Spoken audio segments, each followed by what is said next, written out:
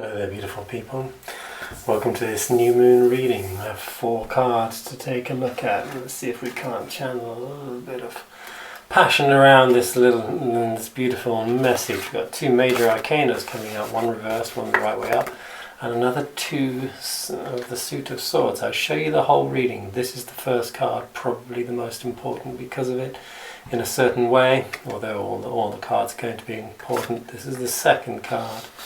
And this is the third card, and this reversed star is the 4th card. So let's start off with the Temperance. Temperance asks a few questions to us. This is the angelic consciousness, pouring awareness from one side, from one hand to the other, with one foot in the collective waters and the pathway to the mountains and to the crown and to the sun in the distance. This card suggests several things. It suggests that we know what it means to be on our path to our higher truth. It suggests we know what it feels like to be in contact with the guidance that temperance represents, the spiritual guidance, the angelic guidance, the higher messages that come through us, through our hearts usually. And we know what it feels like to be in connection with spirit, with that level of divinity that we touch as we pour our awareness into the collective consciousness, into our subconscious waters, as we ask ourselves difficult questions. If we challenge our mind, if we step out of just 2 feet on the earth and step into our inner world, and do so by challenging some of the beliefs that we find and communicating honestly with ourselves and learning to listen. And learning to tap into an inner knowing and an inner wisdom that is desperate to come through at every moment of our lives, were we to be truly open and truly listening.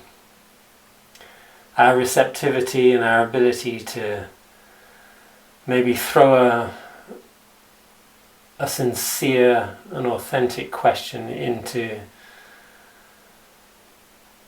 our subconscious and receive the answer coming from the divine is something that I think we've experienced. Maybe once, maybe twice, maybe 100 times. We know what this is. If this card comes up, it means that we've touched our intuition, we've touched some level of spirit.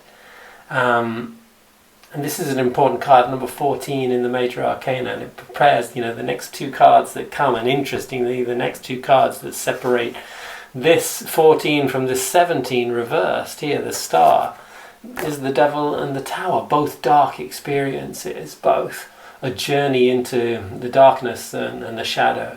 And it's this connection with the divine that allows us to experience that darkness that follows. It's the connection and the ability to channel truth and wisdom and just be simply open to listen and feel some guidance, not from on the outside, but maybe it might come there, but it's an inner quest, or a quest for us to be that inner channel, whether we channel it through something in the outside or from just our inner listening.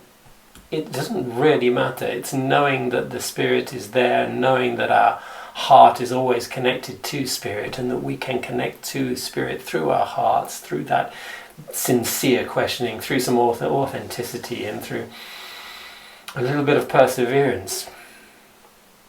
And then we get this 9 of swords which comes up, which speaks about this nightmare experience of waking up with the turmoil of our mind not quite aligned with where we would like it to be, and it feels dark and it feels scary, and we doubt. And these experiences come to us. It doesn't matter whether we have touched some level of guidance inside of us, when we know it, we know that we can tap into spirit, that it's not just an ability but kind of a right. Even though we know that, we'll still have darker experience, we'll still wake up with doubt and fears, and we'll look out in the world and we'll see the world around us, and something will influence us, something will touch us, and something will bring up that attachment to fear that we all have subconsciously inside. And the 9 is not a bad card, it's not a wrong card, but we can often judge it as such. We can often judge that experience, the experience of recognizing fear, of feeling it inside of us. We'll feel it inside of us, and we'll sometimes project it outside of us, and we'll see things in the world that will marry or match or mirror what we're feeling on the inside. We'll look out in the world and we'll see fear, we'll see doubt, we'll question our safety, we'll see the fear of many people and how they hold on to it and how they'll project it, and how we too will project it in the world. When I say project it, we'll see excuses to be afraid, and look, oh yes, look at that, oh my gosh, we really should be afraid, look at that. And this is where the night comes in, and this night, interestingly, it came up like this, and I span it a few times. So what I do when it kind of card comes up like that, I go, oh, you're supposed to be the right way up or upside down, and so I'll spin it, and it came up 3 times like this. Obviously wanted to be seen as a neutral, neither the right way up or the wrong way up in this reading, and so let's take it as a neutral card, and we'll look at the both positive qualities that this night has as well as the negative. And one of the negative stories of this card, when maybe mixed with this fear that we have, is that this is the guy that's going to go and share and communicate that fearful message to the world. If we feel afraid inside, and it's a valid fear, and we can look outside in the world and go, oh well, yes, of course, look at that. There's plenty of things out there to validate my doubt and validate my fear. And okay, I think I should warn everybody else about these fearful stories. You know, what we don't see is the fear starts off from our own attachment to it on the inside. That's where it really starts, and that's the only control we have over anything fearful, is our relationship to it from the inside out. That's the only control we have. We can't go out there like this night would want to and share the word. Look, we need to be afraid. Look at all these bad things happening. Look at this badness and that wrongness, and look at that. That's so not right, and this is bad, and this is wrong, and this is bad, and this is wrong. And how much we love to do that. And what we're doing is projecting our own fear. We're feeling a fear from the inside and the doubt. We're throwing it out there into the world. We're giving that message, and that would be one of the darker natures of this night, taking his sword and actually promoting the duality of that mind, promoting judgment, promoting one-sided way of thinking. Nothing is one-sided. You can see everything with some beauty behind it, and as well as some darkness. There are some stories which appear to be a lot darker than others, and those are the ones that we jump on. But we're never 100% right, even though we'd like to think that night we're so convinced, that night inside of us is so convinced that we're right, that we should convert the whole choir to believe in fear. This is not a beautiful message for the world. This is not what that angelic guidance is calling for us to share. This is not what we receive when we get in contact with our heart. Our heart's never fearful. Our heart only brings messages of love, not messages of fear and doubt. And so the beauty of this night is that he's quite strong and he's quite quick, and he can cut through the crap in a way. He'll cut through the bull, and he will rip out any beliefs or thoughts that get in his way, if he chooses to be a messenger for truth. And a messenger for truth is never going to be one-sided. But it's never going to be a messenger for fear. It's never going to be a messenger for doubt. So sometimes we find ourselves promoting those messages without consciousness, without much thought about it. And this is going to be a ticket not to being this beautiful, naked, selfless beacon of light in the darkness. Because the stars, you don't see them during the day.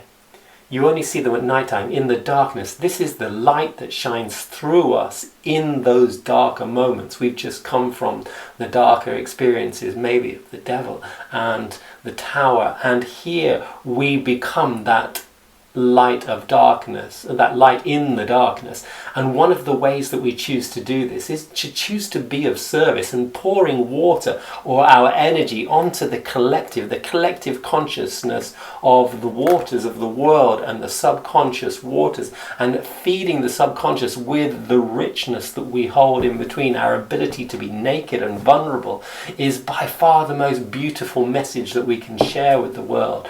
And our ability to want to help and be compassionate, and not to be covered up with fears and darkness, but to be naked and to reflect the light in its purest, simplest form.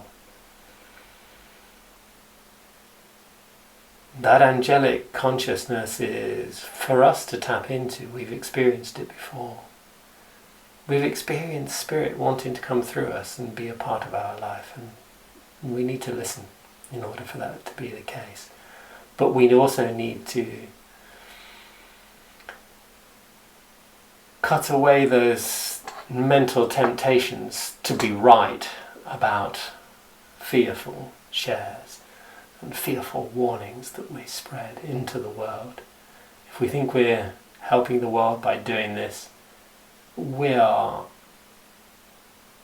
terribly mistaken. This is not the remedy for what might be a fearful set of circumstances in the world. The remedy is not to exaggerate and promote people and ask them to feel the fear that we feel. Everybody is prepared to feel it. It's a communal experience. It's something that we all will naturally experience in this nine regularly. It's in the subconscious. We suppress our fears a lot, and so they're likely to come out in our dreams.